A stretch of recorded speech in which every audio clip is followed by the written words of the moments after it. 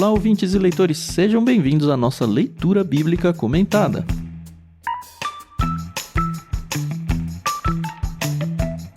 Eu sou o Thiago André Monteiro, @vulgutan. Estou aqui com a Carol Simão e com o Edu Oliveira para a gente conversar sobre o capítulo 13 do livro de Êxodo. Bom dia, tudo bem? Oi pessoal, tudo bem? Bom dia, aqui é a Carol Simão. Capítulo 13, isso quer dizer que a gente já tá gravando aí há alguns meses, né, o livro de Êxodo. Parece a eternidade já. Né? Bom dia a todos, muito bom estar com vocês aqui e o caminho tem sido já muito bom. Aliás, falando de caminho, uma boa caminhada está para começar. Eu tô na dúvida se o Edu vai mexer no vespeiro hoje ou não. Vamos descobrir, hein? Vamos descobrir. Bom, como vocês já sabem, a gente faz a leitura na NVT, que a Mundo Cristão emprestou pra gente usar no projeto. Muito obrigado, editora Mundo Cristão. Muito obrigado, como sempre, Maria Lídia, por emprestar a trilha sonora. E antes de iniciar, vocês gostam de saber, pelo menos eu acho, né, que vocês gostam de saber, que o episódio de hoje vai ser dividido em 2 blocos. O primeiro vai ser lido pela Carol, a gente vai até o verso 16, e eu vou fazer a leitura do 17 até o final, verso 22.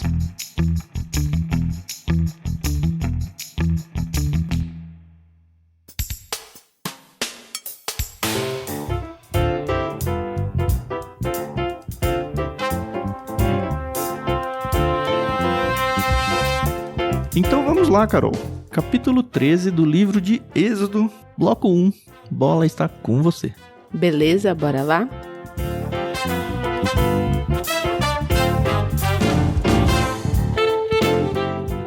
O Senhor disse a Moisés: consagre a mim todos os primeiros filhos homens dos israelitas. O primeiro filho de cada família e a primeira cria dos animais me pertencem. Então Moisés disse ao povo: este é um dia a ser lembrado. É o dia em que vocês deixaram o Egito, onde eram escravos. Hoje, o Senhor os tirou de lá pela força de sua mão poderosa. Lembre-se de não comer coisa alguma com fermento. Nesse dia, no mês de Abibe, vocês foram libertos. Depois que o Senhor os fizer entrar na terra dos cananeus, dos hititas, dos amorreus, dos heveus e dos jebuseus, celebrem esta cerimônia neste mesmo mês a cada ano. Ele jurou a seus antepassados que lhe daria essa terra, uma terra que produz leite e mel com fartura. Durante 7 dias vocês deverão comer pão sem fermento. No 7º dia, façam uma festa ao Senhor. Comam pão sem fermento nos 7 dias. Nesse período, não deverá haver nenhuma comida fermentada, nem a mínima quantidade de fermento dentro do seu território. No 7º dia, cada um explica a seus filhos: hoje celebro aquilo que o Senhor fez por mim quando saí do Egito. Essa festa anual será um sinal visível para vocês, como uma marca gravada na mão ou um símbolo colocado na testa. Ela servirá para lembrá-lo sempre de manter as instruções do Senhor em seus lábios, pois o Senhor os resgatou do Egito com mão poderosa. Portanto, cumpram a ordem de realizar a festa a cada ano na data estabelecida. É isso que farão quando o Senhor cumprir o juramento dele a seus antepassados. Quando ele lhes der a terra onde hoje vivem os cananeus, apresentem ao Senhor todos os primeiros filhos homens e todos os machos das primeiras crias, pois pertencem ao Senhor. Para resgatar a primeira cria dos jumentos, entreguem ao Senhor como substituto um cordeiro ou um cabrito. Caso não resgatem o animal, terão de quebrar o pescoço dele. Quanto aos primeiros filhos homens, será obrigatório resgatá-los.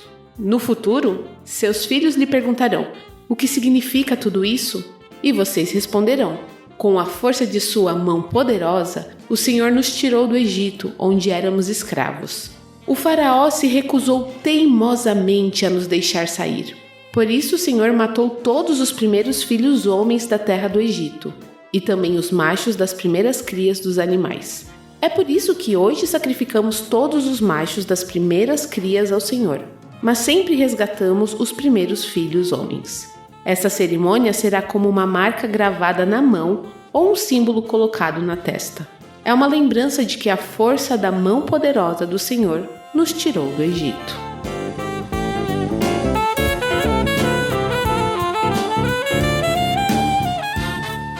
Uma coisa que eu gosto em algumas culturas, não necessariamente apenas na dos judeus, é essa questão das tradições. Eu acho muito bonito quando uma cultura inteira tem uma mesma tradição. Aqui no Brasil, por nós termos muitas culturas e povos e raças, acaba meio que fugindo, né? Mas uma coisa que os judeus têm, alguns americanos também têm, tipo no casamento, que eles usam uma coisa azul, uma coisa nova, uma coisa emprestada, esse tipo de coisa. Mas os judeus, eles têm muitas tradições. Tem até um musical chamado Um Violinista no Telhado. Não sei se vocês conhecem. Não conheço. Não. Mas é muito legal. Tem filme, tem peça, tem as músicas. Você consegue encontrar isso de forma legalizada aí na internet. E tem uma música que fala tradição. O nome da música é Tradição. E aí explica o que cada pessoa da família tem que fazer. Então o pai tem que trabalhar, a mãe tem que cuidar da casa, os filhos têm que crescerem fortes para se casarem, as filhas também. Então, assim, é bem bacana porque é uma coisa bem marcada. Não quero dizer nada aqui sobre machismo, feminismo, não é isso. Tô falando de tradição. Sim, sim. E eu gosto muito de ver Moisés aqui apresentando as tradições que o povo vai ter que cumprir. O único problema da tradição é que eu acho que amarra muito o ser humano. Mas eu acho bonito. Eu gosto demais e eu talvez discorde um pouco com você na parte do brasileiro não ter muito. Eu acho que nós que estamos na capital de São Paulo aqui, e vida corrida e tudo, talvez a gente não dê tanta atenção a isso. Mas se você olha o Brasil como um todo, eu acho que tem muitas heranças até religiosas. Você olha o pessoal do norte, Parintins, você olha o Nordeste, é lotado de festas, de celebrações mesmo, e cada uma significando alguma coisa muito importante para aquela comunidade. A gente tem carnaval, a gente tem festas juninas. Sim. Essa parte sim, mas o que eu quis dizer é que, por exemplo, a gente não tem uma tradição, tirando essas festas religiosas, e mesmo assim nem todo mundo faz, mas tipo, sei lá, dia 3 de agosto o Brasil vai se ajoelhar e fazer 1 minuto de silêncio. Esse tipo de coisa. Acho que pelo país ser muito grande. Acho que pesa, né? E a gente tem muita influência de culturas africanas, asiáticas, europeias, então miscigena muito, né? É isso aí. As próprias origens brasileiras, elas são muito dispersas. Então, talvez isso exista dentro de cada comunidade, dentro do seu contexto. Também São Paulo, né? Como o Tameso falou, né? Como nós somos uma cidade multifacetada, você tem todas as culturas misturadas aqui, né? Numa capital, e é uma loucura, né? Isso é bem diferente de outros locais. Eu tenho uma teoria sobre isso, no que diz respeito principalmente a nós cristãos, e eu discordo em parte, né, porque existe um certo preconceito ou uma fuga das nossas tradições por tentar associar a maior parte delas ao catolicismo. Então, eu vejo que isso é ruim porque tira um pouco da nossa história. Obviamente tem coisas que eu tenho que entender, conhecer o contexto e falar assim, olha, não dá certo, não combina. Mas tem muita coisa bonita da nossa cultura. Sim. E, por exemplo, o brasileiro, ele acumula muita coisa, né? Hoje em dia é comum festejar o Halloween. Um monte de escola faz isso.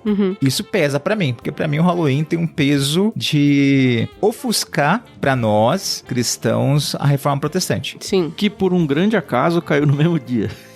Mesmo dia. Pois é. Eu não sei se é acaso, eu acho que é proposital. Eu acho que a cultura contemporânea e a cultura secularizada encobriu muita coisa que tinha esse simbolismo cristão. De todos os lados, não só católico. Todos os lados. Só que na cultura reformada existe aquela questão de olhar a cultura e ver o que é de bom e falar assim, tá vendo? Isso é reflexo de Deus. É a imagem de Deus na cultura. Eles não têm tanto medo da cultura. E nós, às vezes, crentes de igrejas históricas, né, ou até igrejas mais pentecostais, mais vindo pra frente aqui, parece que demoniza demais a cultura. A gente tem que baixar as armas um pouco, né? A gente ataca tudo sem ter informação. Só, não é nosso, não é cristão, pá. Calma, né? Então não presta. Então isso é muito ruim, porque a gente perde um pouco de nossa referência. Bom, um exemplo simples disso. A nossa música. A música brasileira é linda. fã de cultura, né? Uma música muito bem feita. E assim, você vai ver a música nordestina, você vai ver a música do norte, a música do sul. É linda. E você diz música brasileira, não tem uma caixinha, né? A música brasileira é tão ampla, é musicalmente, culturalmente, tudo. Exato. O músico de fora, quem escuta de fora, fica de boca aberta com a variedade, com a beleza da nossa música. Verdade. E você vai olhar historicamente grupos, e não grupos novos, tá? Grupos que fizeram história no nosso país, como VPC, Guilherme Kerr e outros aí dessa linha da anos 70, né? Que começaram a mostrar a nossa música com o nosso DNA, foram demonizados, por exemplo, por muito tempo na igreja. Porque não pode. A música boa é a música europeia, né? Com a partitura, com o piano, clássico. É a música do missionário americano que trouxe pra gente. Isso porque a nossa não podia, a nossa tinha a cara do Brasil, e Brasil não tem nada a ver com... Você percebe? A gente perdeu muito. E isso deveria ser uma lição para a igreja de resgatar nossa cultura. E vai acontecer em eventos, em contar um pouco de nossa história. E nisso os judeus estão anos-luz à frente, porque creio que Deus coloca no coração deles, e isso é muito interessante, né? Eu e Carol conhecemos alguns do nosso contexto de amizade que são judeus, e judeus são ótimos contadores de história. Isso é muito gostoso, porque a tradição vai sendo passada e passada e passada e passada. E o meio que Deus usou tá aqui, a história. Você vai ter que contar. Você vai contar. Você vai contar pro seu filho. Tá no DNA deles. Tanto a herança escrita, que a gente tem as escrituras aí, quanto a própria oralidade. A gente vê essa coisa andando. Como a Carol falou muito bem, enfim, eles patinaram um pouco nisso, até por exacerbar essas culturas, essas memórias, e acabaram transformando isso num legalismo até. É um tradicionalismo. O culto à cultura. Exatamente. O culto à tradição. Esse é o problema, o culto à tradição. Ela tem que trazer à memória algo. Isso. A gente vê no verso 9, por exemplo, deixa eu reler aqui só para vocês ficarem no contexto. Essa festa anual será um sinal visível para vocês, como uma marca gravada na mão ou um símbolo colocado na testa. Isso aqui vai aparecer e vai se tornar os filactérios, que são, usando o termo, né, orações ou caixas de oração, que é muito comum até no judaísmo de hoje. Eu vou ler um trechinho aqui, eu peguei isso da Bíblia de Estudo NVI. Olha só que legal. Uma interpretação literal desse versículo tem levado à prática de escrever os textos dos versículos 1 a 10, esse que a gente leu agora, dos versículos 11 a 16, de Deuteronômio 6, de 4 a 9, e de Deuteronômio 11, de 13 a 21. Em todos esses textos, ele fala sobre esse negócio de guardar a memória na testa e na mão. Continuando a citação que eu estava colocando. Então, a prática de escrever os textos dessas citações aí que eu dei em tiras separadas de pergaminhos. As tiras são colocadas em 2 caixinhas de couro que o judeu praticamente, na prática mesmo, eu vi isso lá em Israel até hoje, é muito legal. O judeu praticamente amarra na testa e no braço esquerdo antes das orações matutinas. As caixinhas são chamadas filactérios, você vai encontrar isso aí em Mateus 23, 5, e a prática parece ter origem no período posterior ao exílio da Babilônia. E é interessante como Jesus olhou para isso, porque a gente olha hoje e fala, nossa, que legal, puxa, que bonito, essa herança, essa memória e tal. Só que lá em Mateus 23, eu vou começar a ler a partir do verso 5, olha só como Jesus, o próprio Jesus, enxerga essa tradição dos mestres da lei e dos fariseus, né, para ser bem claro. Tudo que fazem é para se exibir. Usam nos braços filactérios mais largos que de costume e vestem mantos com franjas mais longas. Gostam de sentar-se à cabeceira da mesa nos banquetes e de ocupar os lugares de honra nas sinagogas. Gostam de receber saudações respeitosas enquanto andam pelas praças e de ser chamados Rabi. Então a gente vê Jesus atacando essa arrogância espiritual deles, no sentido de eu sou mais santo que você, olha como eu tenho os meus filactérios maiores, mais brilhantes, coloridos, não sei lá o que. Então, assim, por um lado, eu acho que a gente tem sim que se preocupar, e é muita orientação de Deus, não só nesse texto que a gente leu, mas em muitos outros. Essa questão da memória. A gente vê várias vezes orientações, construa memorial mesmo. Levantem umas pedras para que todos se lembrem de tal evento e tal. E isso não é adoração não, tá? Isso não é idolatria. Apesar de que a gente sabe que às vezes corre o risco de se tornar. Mas a gente tem que tomar cuidado com o nosso coração, porque o coração do ser humano é duro, ele busca sempre o mal. E ele acaba transformando essas coisas boas em coisas que agridem a Deus, um negócio que era justamente para ser o contrário. Esse é o grande problema, né? E por isso que é importante ter esse entendimento, né? A gente não pode se tornar adorador daquilo que é a memória de Deus. E o que acontece com os fariseus foi isso, né? Eles cultuavam o culto, e Cristo fala, você coloca nas testas e nas mãos a palavra, mas não coloca no coração. Pois é. Eu sou uma pessoa que gosta muito de liturgia. O Edu me conhece, ele sabe, eu gosto de ordem no culto. Eu gosto, é uma coisa que eu acho muito bonita. E eu sei que a gente tem que tomar muito cuidado com isso. Porque não é porque você tem um gosto pessoal que isso tem que reger sua vida, no sentido de que se as pessoas não fazem como você quer, do jeito que você gosta, você não leva a sério a situação.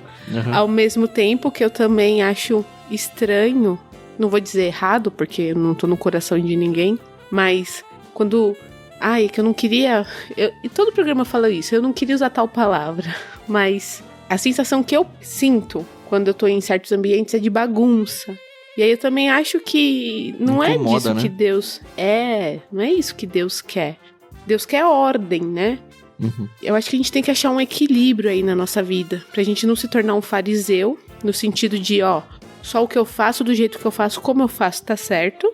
Mas também não ir naquela outra... Não ir na contramão, né? Não... Faz aí do jeito que dá pra fazer. Deus tá preocupado aí mais com o seu coração. E sim, Deus tá preocupado sim com o seu coração. Mas ele é um Deus de ordem e decência, né? Então, temos que achar esse equilíbrio.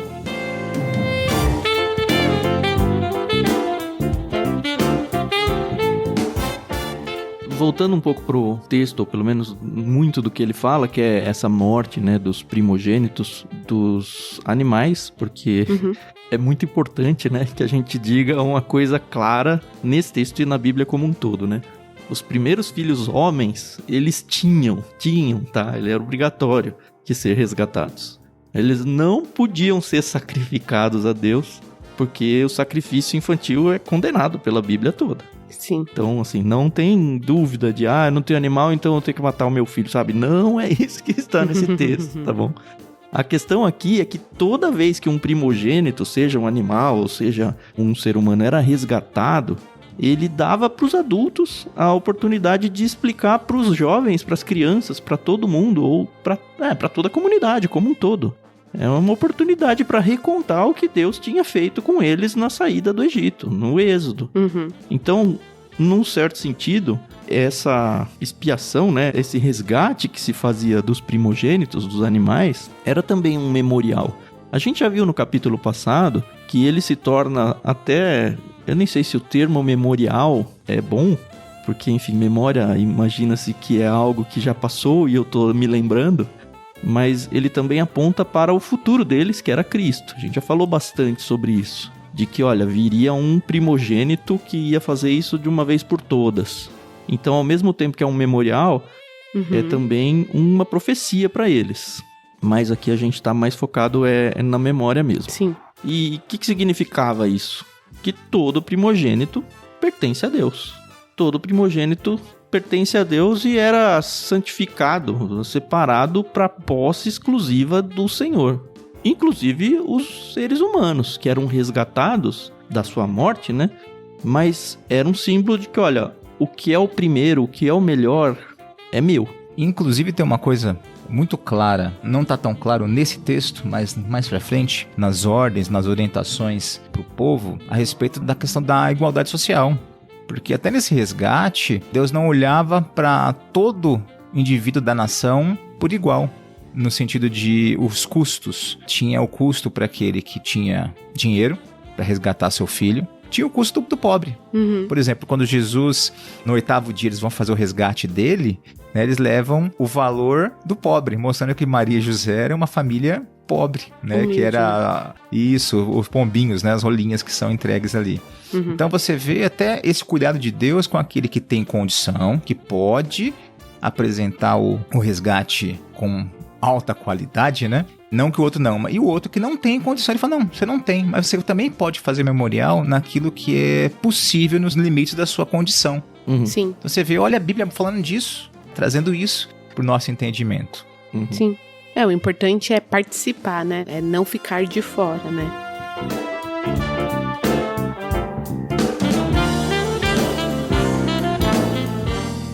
Agora, uma coisa que eu acho legal, e é aquilo, é estudando a Bíblia, né?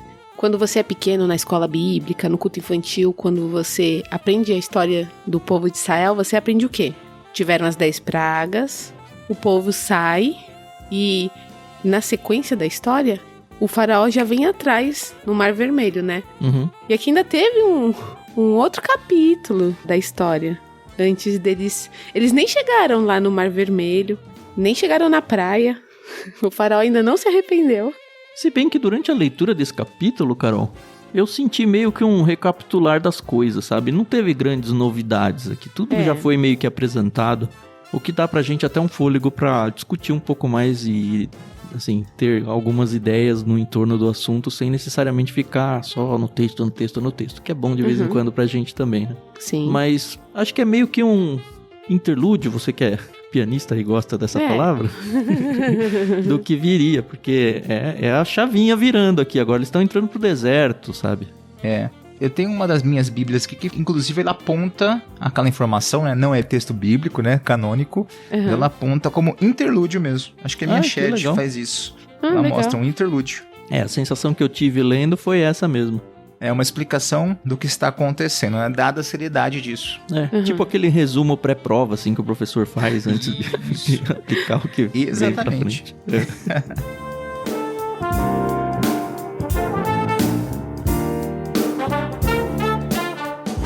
E tem uma coisa interessante aqui também, no verso 5, ele fala que eles iriam fazer esse memorial neste dia, nesse mês, quando eles entrassem na terra. A promessa de novo, né?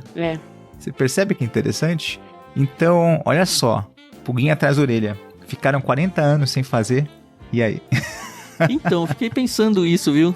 Eu falei, mas não nasceu ninguém no deserto? E o texto não falou, eu não sei. Não fala. Eu acredito que eles tenham feito, mas só acredito, não fala.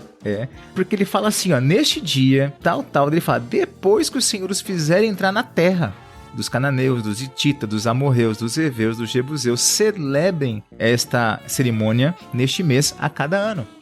Então ele tá dando a ordem para fazerem quando entrarem na terra. E se a gente que conhece a história perceber, é uma ordem para uma geração que não nasceu, porque toda essa geração que tá ouvindo isso vai morrer no deserto. Exatamente. Então acho que, mais uma vez, a importância da oralidade, né, na hora de... lembrem-se, porque vocês não... Obviamente o Moisés não falou isso, mas todo mundo sabe que um dia você vai morrer, né? Então, se eles ainda vão entrar na terra, ainda vai rolar aí... Vai rolar uns dias de viagem, né? E é interessante que o contexto é quando eles entrarem, não se vocês entrarem. É certo que vocês vão entrar. E é interessante porque aqui você está mostrando eles já em suas casas, num ambiente já estabelecido. E no deserto eles não têm isso. Até os elementos na totalidade, que depois vira aquela festa bem maior, que é a Páscoa para eles, acho que eles não teriam recursos para isso no deserto.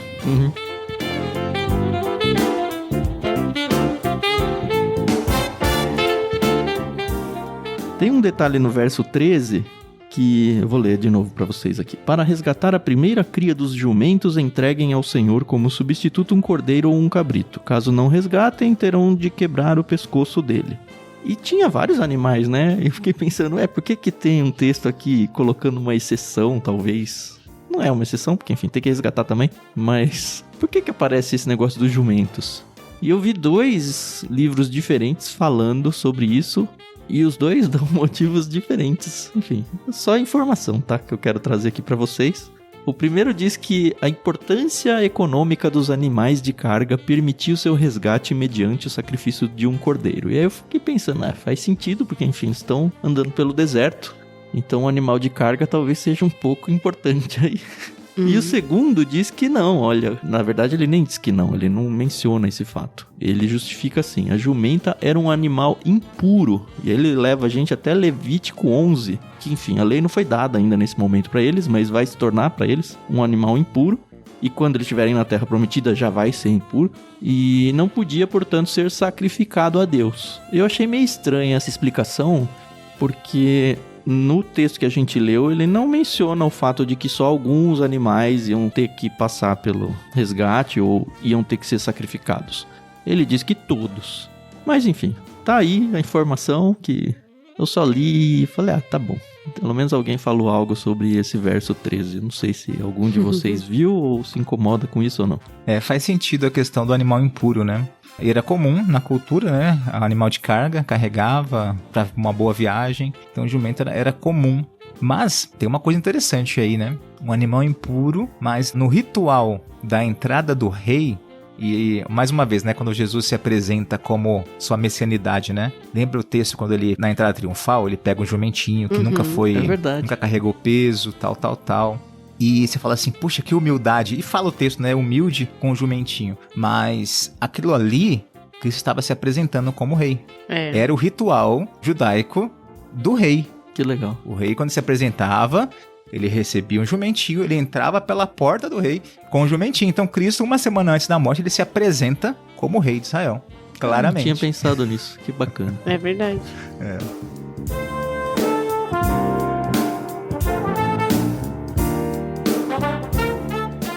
Eu acho que a gente tinha que ter dito isso meio que no começo do episódio, mas enfim, só achei minhas anotações agora, isso. Mas a palavra resgatar, que aparece tantas vezes aqui, né, significa comprar de volta por um preço. Isso. Apesar de ser meio óbvio essa afirmação, pra mim destrava algumas coisas pensando no sacrifício de Cristo mesmo, comprar de volta por um preço. É exatamente isso que é o resgate que Cristo fez por nós. Então, uma vez que ele nos comprou, nós somos dele. É isso, não tem dúvida. E a ponte é muito clara para Jesus, né? Então, como a gente falou, memorial da Páscoa, mas estava apontando o Cordeiro Pascal, aquele que ia ser o substituto. E é muito engraçado olhar isso. Às vezes nós olhamos para o judeu com um certo desdém. Nós estamos aqui, 2000 anos à frente, né? Como eles não viram Jesus ali, as suas características messiânicas, como eles não viram? Porque estava na frente do nariz. Estava no nariz deles, todas as características, toda a messianidade ali. Mas, olhando bem, quando você olha aquele povo que abre Deuteronômio e começa a ver o capítulo 6, né? O Shema, né? Ouve, pois, ó Israel, o Senhor nosso Deus é o único Deus. Daí o 7 fala que eles iam ter um rei. Eles nem tinham um rei ainda, vocês vão ter. E vai acontecer isso, isso e isso. Se vocês fizerem isso, vocês vão ser protegidos. Se não fizerem, vai acontecer isso. Então, quando eles vão pro exílio, acho que a ficha cai muito forte para eles, né? Entendendo, olha, nós estamos aqui por isso. Porque nós erramos, nós falhamos. E quando eles voltam, o povo volta extremamente vacinado, tá? Entre aspas aqui, na questão da idolatria. Que é um dos motivos para o exílio. Fora também a questão da avareza, né? Porque ninguém respeitava lá o ano da remissão, né? O ano do perdão. Então, quando eles voltam, parece que isso é tão profundo e eles ficam tão presos, né? Nasce a sinagoga, começa a existir as sinagogas, aparecem os fariseus e tudo mais, que eles estão tão presos ao tradicionalismo que Jesus aparece. A palavra encarnada aparece na frente do nariz deles e eles não conseguem ver. Mas eu acho que se a gente estivesse lá também não ia sacar, não. Não ia sacar. Até a questão da messianidade, quando Jesus fala, eu e o Pai somos um. Em João 7, quando Jesus fala, eu, antes de Abraão existir, ali o texto é muito profundo, porque você vê, né, uma boa parte do mistério de Jesus, ele faz milagre e fala, olha, fala pra ninguém. Não comenta com ninguém, fica na sua, guarda com você aí. Mas a partir do capítulo 7... ele faz uma afirmação bombástica, ele faz em duas ocasiões. Ele faz aquela que ele está na sinagoga, que ele lê o texto de Isaías, né? E depois ele faz aqui de novo. Lá no capítulo 7 ele fala, antes de Abraão existir, já que estavam questionando, né? E o povo queria pão, né? Como é interessante, né? Eles queriam, faz um milagre aí pra gente ver se é você mesmo. Jesus fala, não vou fazer. Né? Jesus corta os laços. Não, acabou o milagre. E daí na briga, né, na discussão, ele fala, antes de Abraão existir, ele aponta lá pro Moisés na conversa com Deus na sarça, né? Eu sou. E isso deixa todo mundo em choque. Ele fala, você afirma a Deus. Como assim você se afirma a Deus? Né? Então isso é muito claro, essa afirmação, na frente do nariz deles. E eu creio que nós faríamos o mesmo. Depois do fato ocorrido, é fácil olhar pra trás e explicar que ia acontecer isso mesmo, né? Até na história corrente. Sim. É interessante que tudo isso sobre os primogênitos é um pano de fundo. Eu sei que mais pra frente a gente vai ver isso, mais pra frente mesmo, porque tá lá em Números, sobre a questão dos levitas, né, depois terem sido separados, a tribo de Levi. Os primogênitos que excediam o número dos levitas, eles eram resgatados, enfim, tem todo um pano de fundo, mas em Números explica isso melhor. Uhum. É muito interessante, muito aprendizado com essa liturgia deles, né? Sempre apontando o Messias, ou coisas relacionadas a ele. Então o Messias está muito vivo na mente deles, na mente e no coração deles aqui, né? Mesmo que eles não entendem. Sim.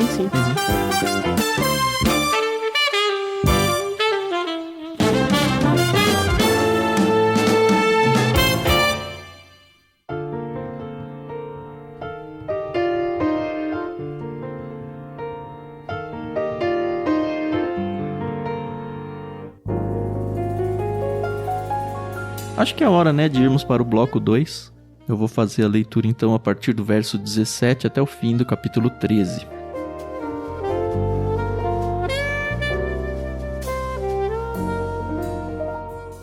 Quando por fim o faraó deixou o povo sair, Deus não os conduziu pela estrada principal que corta o território dos filisteus, embora fosse o caminho mais curto. Deus disse: se eles tiverem de enfrentar uma batalha, pode ser que mudem de ideia e voltem ao Egito. Por isso, Deus fez o povo dar a volta pelo deserto rumo ao Mar Vermelho. Assim, os israelitas saíram do Egito como um exército preparado para marchar. Moisés levou consigo os ossos de José, pois José havia feito os filhos de Israel jurarem, dizendo: Deus certamente virá ajudá-los. Quando isso acontecer, levem meus ossos daqui com vocês. O povo saiu de Sucote e acampou em Etã, à beira do deserto. O Senhor ia adiante deles, durante o dia guiava-os com uma coluna de nuvem e durante a noite fornecia luz com uma coluna de fogo. Isso permitia que caminhassem de dia e de noite, e a coluna de nuvem não se afastava do povo durante o dia, nem a coluna de fogo durante a noite.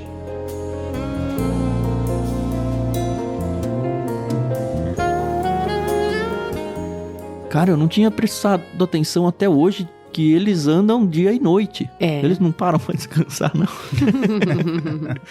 Na minha cabeça monta as tendas ali, baixou o sol, vamos dormir. Mas não, né? O texto tá dizendo que eles...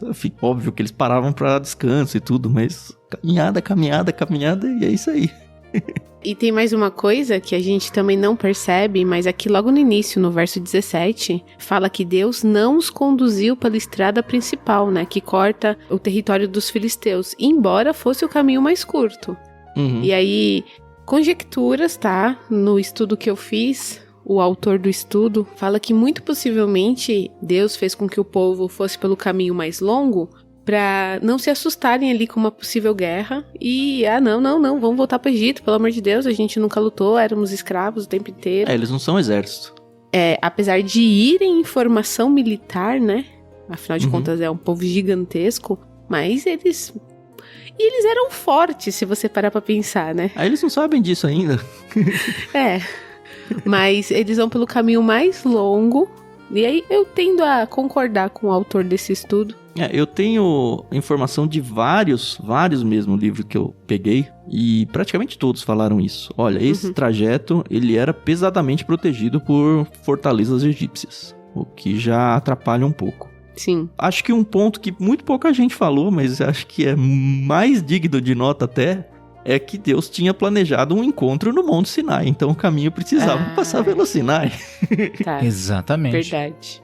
E eu gostei muito, eu já falei tantas vezes aqui, apesar do papel dela não ser boa porque tá amarelando em relação a minhas outras bíblias de estudo, e também dela não tá hypada, acho que eu nunca, assim, eu descobri essa bíblia muito sem querer e nunca vi ninguém falando dela, então eu falo mesmo.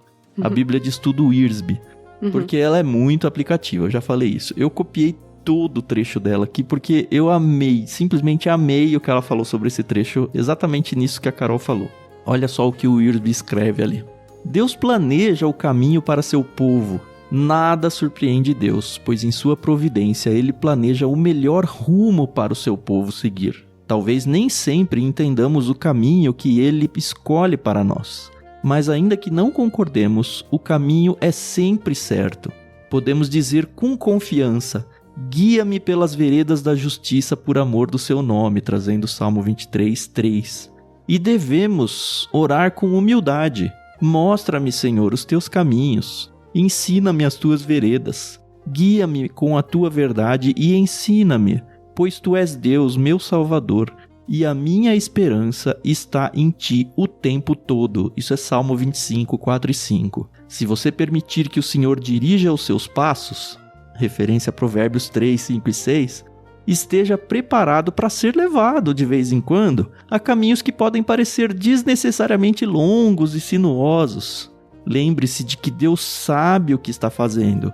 Ele não está com pressa. E enquanto você o seguir, estará salvo e na posição da bênção do Senhor. Ele pode fechar algumas portas e de repente abrir outras. Por isso devemos estar atentos. Cara, que gostoso ler isso. E assim, tá pegando uma situação com um povo, né, que teoricamente não tem nada a ver com a gente, mas se a gente consegue aplicar direitinho na nossa vida nos dias de hoje. Nossa, demais. Em qualquer coisa. Às vezes a gente tá sofrendo no trabalho, com a família, nas decisões de caso ou não caso com quem, faço isso ou faço aquilo. Poxa Deus, parece que tudo que eu tento fazer não dá certo. Parece que eu tô sendo levado pra um negócio que eu não quero. Talvez seja só isso, sabe? Deus cuidando de nós. E a gente tá atrapalhando o cuidado dele. Vamos confiar em Deus, sabe? Às vezes o caminho é maior mesmo. Uhum. Exato, mas importante, né? É um caminho de preparação. E aqui, sim, mais uma vez, é um trecho do que eu falo desde o início, né? É um tratado de providência. Parece que o tema providência é um pouco distante. Não sei como que é com você, Tam, mas eu percebo que muitas vezes não é tão tratado biblicamente a questão da providência, né? Uhum. E ela é muito clara, tanto no passado como hoje. E aqui nós vemos providência de Deus em cada detalhe, né? Em cada detalhe.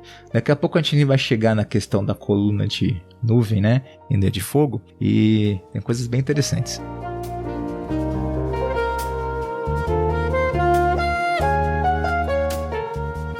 Eu quero pegar esse gancho aí porque, apesar desse capítulo ser um interlúdio e não trazer grandes novidades para a história em si, ele falou muito ao meu coração. Eu não sei se vocês se lembram, mas no capítulo passado, a Carol acho que perguntou se eu ou o Edu éramos primogênitos na nossa família. Sim. Eu sou o segundo filho, mas o primogênito no sentido israelita da coisa aqui, porque a mais velha é menina. A minha irmã é mulher, a mais velha. Então, considerando a lei da primogenitura, se ela fosse válida, eu seria o primogênito. E assim, sempre foi só uma piada, no máximo, entre nós. Nós em casa, né? Mas conforme a gente foi estudando, e principalmente no capítulo de hoje, me falou muito essa questão da consagração, do resgate dos primogênitos. E aí quando eu leio textos como esse de, olha, calma, o trajeto é dado por Deus, não é dado por você. E olhando para minha vida, vocês sabem, eu sou formado em matemática, eu trabalhei no mercado financeiro, pensando em carreira mesmo, em sucesso aos olhos dos homens em carreira, eu tô na contramão, sabe? Cada vez eu ganho menos em relação ao que eu ganhava no mercado financeiro. Por outro lado, Deus tem me trazido para um caminho onde cada vez mais eu tenho me envolvido com as coisas de Deus. E eu trabalhei numa editora cristã.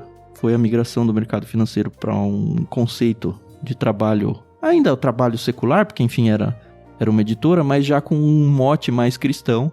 A gente criou o Clube Ictus, a gente criou o LBC, e cada vez mais eu tenho sido separado para fazer coisas de Deus, sabe? Eu tenho sido consagrado a Deus, e por mais que eu esteja ganhando cada vez menos, eu tenho me sentido cada vez mais realizado. E é uma coisa muito louca se for pensar. E aí eu olho um capítulo desse e falo, talvez, Tam, você tenha sido separado por Deus e a ficha meio que tá caindo só agora. Muito diferente do que normalmente acontece. Provavelmente a história do pastor Edu não é muito diferente, porque, enfim, ele é um pastor formal de uma igreja e tal. Mas eu não sou. Eu fiz seminário e nunca fui pastor e nunca quis ser missionário, esse negócio de não, vamos pro exterior, não é do meu coração, mas Deus trabalha diferente com cada pessoa. Eu lembro, por exemplo, quando eu era bem criança, assim, uma memória de antes dos 10 anos. Teve acho que um teatro na igreja, foi um teatro. E aí um dos personagens do teatro era o pastor, que servia meio que como narrador da história. E eu fiz esse papel pequenininho. E aí, então, pus terninho, assim, sabe? Bem pastor de igreja tradicional. Fui no púlpito fazer, enfim, a condução da peça, né? O seu narrador da peça. E eu lembro que a minha avó, na época viva, ela falou, o meu pastorzinho, sabe? Ela se encheu de orgulho de ver o netinho dela lá de pastor. E isso foi brincadeira. Eu sempre falei, não, você tá louca, vó. Enfim, eu não sou um pastor de uma igreja, não exatamente como ela imaginou. Mas hoje, sabe, eu me sinto realmente separado para a obra de Deus e isso me enche o coração, me enche de alegria. É isso, só queria compartilhar esse testemunho pessoal aí com vocês. Tá certo. Vou pegar o seu gancho, Tan. Olha que interessante. Nós vemos aqui, neste livro, essa explicação da separação do povo. Um povo separado, um povo que deveria ser referência para o mundo da sua época. Não de se isolar, eles erram em se isolar demais no sentido assim, vamos lá. Erram de duas formas, né? Primeiro, religiosamente, na sua relação com Deus, eles se isolam. Tipo assim, Deus é nosso e de mais ninguém, não preciso partilhar isso. E não era o alvo de Deus. Mas eles ainda se misturam demais nas outras questões. Eles fazem uma dicotomia na questão da vida religiosa e da vida comum. Os negócios e tudo mais. Você vê isso, eles muito misturados com a questão dos negócios, da vida. E isso foi ruim. Casamento, né? Isso foi ruim para eles, até quando entraram na Terra. E não muda hoje. Agora, por que eu quero aplicar aqui? O que acontece? Quando Jesus vai para a grande comissão, mandato cultural, ele fala o quê? Ide por todo mundo e pregai o evangelho a toda criatura. Ele não está dando uma ordem para pastores e missionários e evangelistas. É um mandato para a igreja. Inteira. Por isso que aquela cena de Pedro, não sei se já ouviram pregações lá em João 21, né? Vou pescar. Parece bobo, né? Tô lá, tem nada pra fazer, Jesus apareceu 2, 3 vezes, tô aqui de bobeira, vou lá pescar. Não é essa a situação. Ele tá mais ou menos dizendo assim, eu acho que já foi, né? Vou voltar pra minha vida. Ele leva uma lapada de Jesus, né? Aquele texto do Tu Me Amas, né? Mas há uma falta de entendimento nossa, e você vê isso acontecendo na igreja primitiva, logo de cara, porque eles são separados e falam assim, vocês vão impactar essa cultura. E parece que eles entendem que, em suas relações de vida, o que importava agora era o reino. De forma que 12 homens, 400 e poucos discípulos, mexem com o império. Mudam de cabeça para baixo o império. Então, como 400, 500 pessoas conseguem mover, não por força física, não por alguma coisa assim, uma insurgência, consegue mexer com o império inteiro. Para que o evangelho chegasse hoje onde está, aqui no mundo, né? Sendo conhecido pelo mundo todo. Considerando também uma religião judaica super arraigada. Isso. Nem era parte do império, no sentido assim, são duas frentes de batalha, entre aspas, aí, que foram vencidas sem essa insurgência. Isso. E aí você vai ver uma coisa. Eles começaram a entender que não era, agora eu recebi Jesus, entendi que ele é o Messias, então a minha vida mudou, obviamente mudou, mas eu continuo fazendo as minhas coisas e no domingo eu vou lá e presto minha adoração. No caso dos judeus, no sábado, né? Eles perceberam que não. Agora eles eram representantes desse reino que Cristo apresenta lá em Mateus e toda a sua vida era gerida em função do reino. Sim. Então suas escolhas, suas decisões de vida, onde iam viver, o que iam fazer da vida, era movida pela sua cosmovisão agora do reino. Eles viviam em função do reino. E no caso deles era importante porque, enfim, eles eram os líderes do movimento. Mas não só os discípulos, não só os 12. 11, depois com Paulo, mas o restante, tanto que tem uma informação em Atos que fala que acontece lá que eu digo que foi um tiro no pé, ao mesmo tempo não, né? Mas eles fazem uma coisa, eles não tinham entendimento de quando Jesus ia voltar, e eles fazem uma coisa assim que depois gerou um problema, que foi sanado nas viagens de Paulo, buscando donativo para a igreja. Venderam suas propriedades, começaram a depositar nos pés dos apóstolos, mas o texto ali não está falando de forma negativa, fala que eles entenderam que o que é importante nessa vida não é o que eu posso ter. O que é importante é o reino. Sim. Obviamente, olhando economicamente falando, a igreja depois, décadas depois, começa a sofrer, começa a ter um problema ali em Jerusalém, e as igrejas filhas da Europa, da Ásia, começam a ajudar. Paulo faz isso, né, em uma de suas viagens, coletando fundos para cuidar dessa igreja. Mas parece que fica muito claro para eles que não sou mais eu, não é sobre mim, é sobre o reino. Então, tudo o que eu fizer tem a ver com o reino. Nós não fazemos isso hoje em dia. Nós achamos que, eu tenho minha vida, eu trabalho, eu tenho isso, eu tenho aqui, tenho minha profissão, tenho minha carreira. E no domingo eu presto minha adoração. Deixa isso aí pros pastores, pros missionários. Uhum.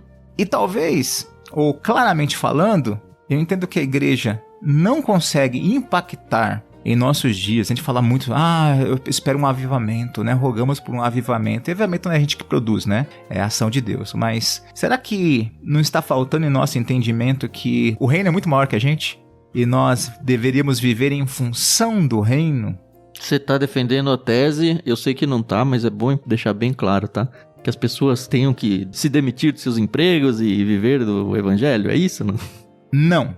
Não, mas que as suas escolhas, daí sim, suas escolhas de profissão, suas escolhas quanto a casamento, quanto a relação, ou até onde vão congregar, deveriam ser muito vinculadas a como eu vou servir ao reino, nesse contexto. É muito comum, tô me mudando, eu vou me mudar para um outro estado porque me apareceu uma grande chance de negócio, da minha carreira, isso. Às vezes a pessoa nem questiona como vai ser a minha vida, meu relacionamento com Deus lá. Tem uma igreja bíblica séria que eu vou poder servir? Quando eu chegar como vai lá, ser a educação para meus filhos? Se descobrindo. Então você percebe que na equação, a igreja, o reino, tá lá no final. Não é prioridade. Não é prioridade. E eu entendo que pro crente tem que ser. Porque daí, quando ele pensa em casamento, por exemplo, o que importa é que ela seja crente. Primeiro passo, tá certo, é o primeiro passo. Não tem pra onde ir se não é esse a questão. Às vezes nem isso, as pessoas estão preocupadas. O que importa é que ela seja bonita. É isso. Sim. Ou que tenha dinheiro, sei lá o que. O quanto ela ou ele me aproxima de Deus. Porque ela pode ser, por exemplo, eu posso ser um crente que trabalha em alguma área da igreja ativamente, com música ou com mordomia, tal, e eu me caso com alguém que não quer saber disso. Eu falo assim, não quero, não vai fazer. E aí? Pois é. Você percebe o que eu estou falando?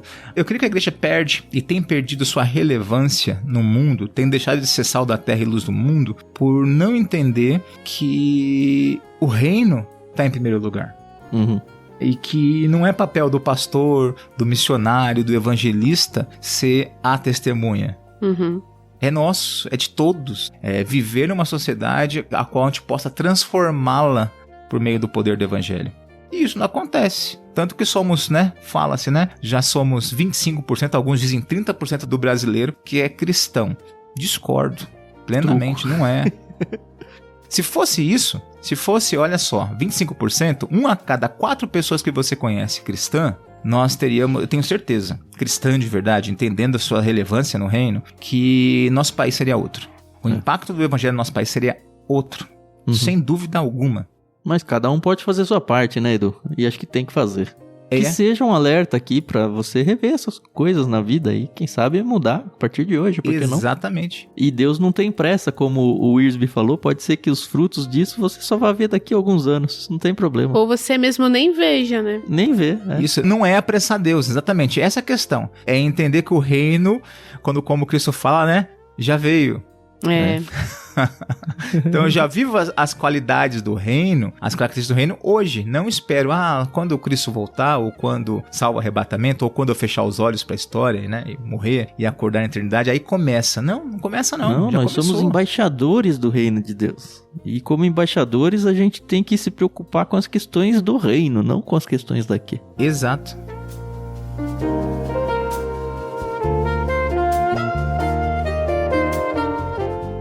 Falando da providência na nossa parte aqui, nós vemos isso na mão de Deus, Você falou, Tan, sobre a questão do trabalho, profissão que tinha, E agora você vê essa mudança, Um povo que era escravo mesmo, vivia numa situação terrível.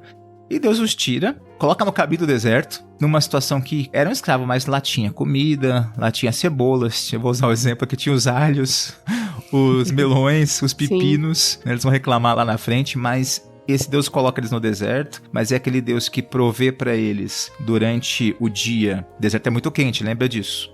Durante o dia, provê para eles não é uma nuvenzinha, não sei se você já viu, às vezes aquela nuvem gigante que a gente fica assim, uau, que nuvem, aquele dia bem ensolarado, aquela nuvem gigante, Que faz até frio. Mas imagina uma nuvem que possa cobrir ou proteger, porque eu imagino dessa forma. Mais de 1 milhão de pessoas, 2 milhões de pessoas. 2 milhões, Por quê? É muito quente. Então você vê uma nuvem que provê uma sombrinha no meio do deserto, bom povo, assim. E assim, imagine só, os povos ao redor vendo essa nuvem gigante no deserto. Então isso que eu ia falar, porque não é só um símbolo de proteção para eles, é um símbolo visível da presença de Deus para o próprio povo e para todo mundo em volta que tá falando, lascou, esses caras estão chegando. E o deserto, à noite, né? Se de dia é quente demais, à noite é muito frio. E aí, no meio da noite, que o deserto é perigoso, além de frio, né? Os chacais, animais, peçonhentos e tudo mais, você vê uma coluna de fogo que traz calor e segurança. Que incrível. É maravilhoso, é muito Deus mesmo. Exatamente.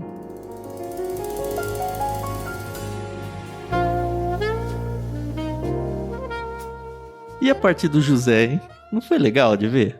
Foi. Eu vou ler pra vocês aqui Gênesis 50, 24 a 26. Tá, lê aí, porque depois eu tenho uma coisa a comentar. Tá bom. José disse a seus irmãos: em breve morrerei, mas certamente Deus os ajudará e os trará desta terra. Ele os levará de volta para a terra que prometeu solenemente dar a Abraão, Isaque e Jacó. Então José fez os filhos de Israel prestarem um juramento e disse: quando Deus vier ajudá-los e conduzi-los de volta, levem meus ossos com vocês. José morreu com 110 anos. Os egípcios o embalsamaram e o colocaram em um caixão do Egito. E a gente vai ver lá em Josué 24, ele finalmente ser enterrado em Siquém. Então vai aparecer 2 vezes aí memória de José. Essa é a primeira. E eu fico tão feliz, meu. Me dá um quentinho assim, porque essa coisa da memória, da promessa, do cumprimento, tudo junto. Sua vez, Carol, pode falar. Minha indignação. O povo egípcio era um povo altamente qualificado intelectualmente falando, estudado, babapi, bababá, nenené. José estava lá, os ossos de José estavam lá, tinham sido embalsamados pelos egípcios, tá? E o faraó nunca tinha ouvido falar em José. Ah, então pois é. Os sarcófagos, já imaginou? Imagina que ele chega na terra com um sarcófago egípcio. Com todo o processional egípcio. Exato! E como é que o faraó nunca tinha ouvido falar em José? Tudo bem, gente, tá bom. A gente já teve essa discussão. Tá bom, né? Fazer o quê? É o que é, foi o que foi. Mas é difícil de engolir. Por que eu tô falando isso, né, do sarcófago? Porque nós temos a tendência a imaginar, né, o povo carregando um saquinho com os ossos, né? 500 anos aí, os ossinhos de alguém. Não, ele foi embalsamado conforme a cultura egípcia. Né? Então, se você imaginar lá nos museus do mundo aí que tem aquele sarcófago lá de alguns dos reis egípcios, de alguns faraós, né? Milênios aí, bem guardado. Então, mesmo modelo que usaram com José. Aliás, eu não sei se foi em 2021, 2022, mas se você procurar aí na internet você acha que teve uma cerimônia lá no Egito que foi televisionado e tal, que eles estavam mudando as tumbas dos antigos faraós. E, gente, foi lindo de ver, porque o negócio é bem feito. Então você vê que o negócio, sei lá, com quantos 1000 anos, né? 2000, 3000, sei lá. Mas que bonitinho e que bonito esteticamente, né? Os sarcófagos e... Nossa, foi muito lindo. Se você tiver a oportunidade de procurar na internet aí, tem uns videozinhos, é bem legal mesmo. Sim.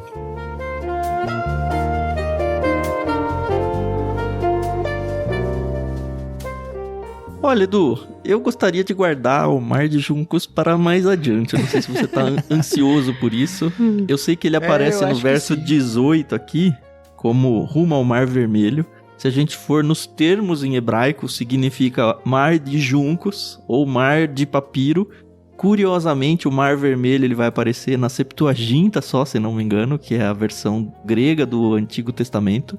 Só que ainda não passaram, né? É interessante essa questão da rota, porque eu também menciono de vez em quando a Bíblia de Estudo Arqueológica. Ela tem várias páginas falando sobre as possibilidades de rota e por que aqui é melhor, por que aqui é pior, por que a história, os arqueólogos acham que foi melhor ou que é uma interpretação melhor de por onde eles passaram. E é interessante que tem um artigo falando, a rota do Êxodo, teoria da rota ao norte. E aí um artigo inteiro falando sobre isso. Aí, a Rota do Êxodo, Teoria da Rota ao Sul, e outro artigo. E aí é muito interessante porque você vê os prós e contra, pensando arqueologicamente, tá? Se faz sentido ou se não faz.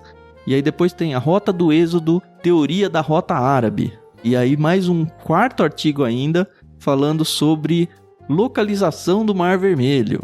E um quinto artigo, a hipótese da descida do vento, aí falando sobre como que foi possível abrir o mar. É muito interessante a briga que eles fazem para tirar o poder de Deus, assim. A gente que acredita no milagre fica até rindo, entre aspas, aí, eruditos que querem explicar tudo cientificamente, mas acho que em alguns momentos Deus não se permite ser explicado cientificamente. Mas enfim, é só para dizer que existem muitas teorias sobre por onde passaram, como que foi. A gente tem questões linguísticas que, conforme os manuscritos foram passando de um para outro, mudou, não mudou, significa isso, significa assado. Eu, de verdade, nem gosto muito de ficar entrando nisso, porque eu acho que foge do propósito maior que é ver o milagre, de ver a mão de Deus atuando no seu povo e tudo. Mas eu sei que é um assunto que, ao mesmo tempo, a gente não pode simplesmente ignorar. Eu só queria dizer que não é um assunto fechado, tá? Pra ninguém. É um assunto que você vê teólogos de peso e de respeito que defendem A, que defendem B, que defendem C. Vocês viram aí que tem 3, 4 artigos de propostas de caminhos diferentes. E o Edu tá ansioso aí pra apresentar a proposta dele. Só não sei se é nesse episódio ou se o melhor é a gente falar no episódio em que vai acontecer de fato a travessia. Eu vou deixar pra sua sabedoria decidir essa aí, Edu. Eu creio que vai ser pra próxima. A gente vai ter mais tempo, vai poder falar melhor sobre isso. Mas é importante mesmo, porque assim, tem muita teoria nesse aspecto aí. Mas a gente precisa lembrar a topografia também leva em conta. E isso não é uma travessia solo. Trazendo muita gente, então tem muita coisa que envolve isso. Até porque tem que lembrar, né? Eles estavam bem pertinho do mar. Vamos beirando o mar. Não pegaria o Mar Vermelho, vamos subir, né, pela Rota do Norte ali. Mas toda a área, região marítima ali, vai ter suas montanhas, né? Suas complicações geográficas. Por isso, peguem seus mapas.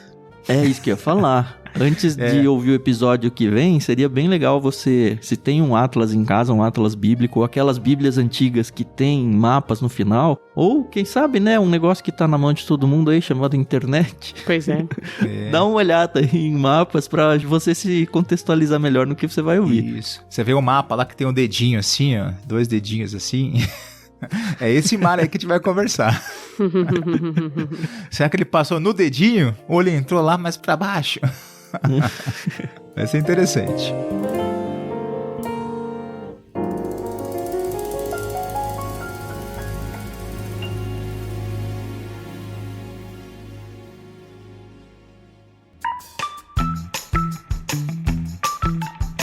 Então tá, acho que terminamos o episódio de hoje. Alguém quer mais alguma coisa? Não. Eu tô satisfeito. Acho que foi muito bom. Eu tô satisfeito também. Foi um episódio que eu terminei de estudar. Falei, vai ser tão curtinho, a gente já passou de 1h10 aqui de bruto. Pois é. Não tem jeito, quando a gente começa a falar sobre as escrituras, a gente vai abrindo o coração e vai encontrando tesouros. E é isso, né? Eu espero realmente que vocês, ouvintes, aproveitem esses momentos de conversa entre nós 3 aqui. Amém. Com vocês, porque podcast é muito isso, né? A gente se sente conversando com as pessoas e eu fico muito feliz por promover esse encontro semanal com vocês. Lembrando que esse encontro ele pode ser diário, a gente tem uma comunidade dentro da ferramenta do Discord, é uma comunidade gratuita que você pode participar e conversar com a gente diariamente, ler a Bíblia com a gente, ler outros livros com a gente, ouvir a gravação ao vivo dos podcasts. Para fazer parte, é só obviamente instalar e ter uma conta no Discord, lá é um login criado, e acessar bit.ly/leitura coletiva. A comunidade está crescendo, tá tão gostoso. No momento da gravação a gente tá quase 900 inscritos e eu fico sempre muito feliz quando as pessoas vão chegando. E fico ainda mais feliz quando vocês realmente interagem por lá, tá? Então se esforcem para entrar aí pelo menos algumas vezes na semana, dar um alôzinho, comentar alguma coisa, porque é muito gostoso criar esse vínculo, essa amizade junto com vocês. E talvez tenha aparecido uma sirene de polícia aqui no meio da minha fala. Mas é isso. Lembrando também que, já vou aproveitar a ponte, né? Porque não? No episódio de hoje, a gente falou sobre Jerusalém precisar de ajuda financeira das suas filhas. Nós entendemos vocês como filhos do nosso ministério, então sustentem os seus pais, por favor. Conheçam o nosso projeto financeiro lá no Catarse, acessando catarse.me/ictus. E realmente, nós precisamos da ajuda de vocês para conseguir que esse projeto continue adiante. Faz bastante tempo que não chega nenhum inscrito lá, nenhum apoiador, então não acho que a gente tá nadando em dinheiro aqui não, porque tá muito longe disso, tá? A gente faz muito mais pela fé e pelo ministério do que por qualquer outra coisa. E você pode ser uma bênção nas nossas vidas. Não se esqueça sempre de orar e se puder contribuir também na plataforma, você pode se comprometer com qualquer valor mesmo. Você vai com certeza encontrar um valor que realmente não faz muita diferença no seu orçamento mensal, mas que se muita gente começar a se importar com a gente, vai fazer muita diferença nas nossas vidas. Amém. É isso, semana que vem a gente volta, até o próximo. Isso aí, pessoal, muito obrigada pela paciência e audiência de vocês, é uma delícia ficar aqui aprendendo e ensinando, né, um pouquinho sobre a palavra de Deus. Então a gente se ouve no próximo episódio. Até mais. Grande abraço a todos, até o próximo episódio e nos aguarde para a conversa sobre o Mar de Juncos, a travessia do Mar Vermelho. Abram os mapas. Até mais, tchau, tchau.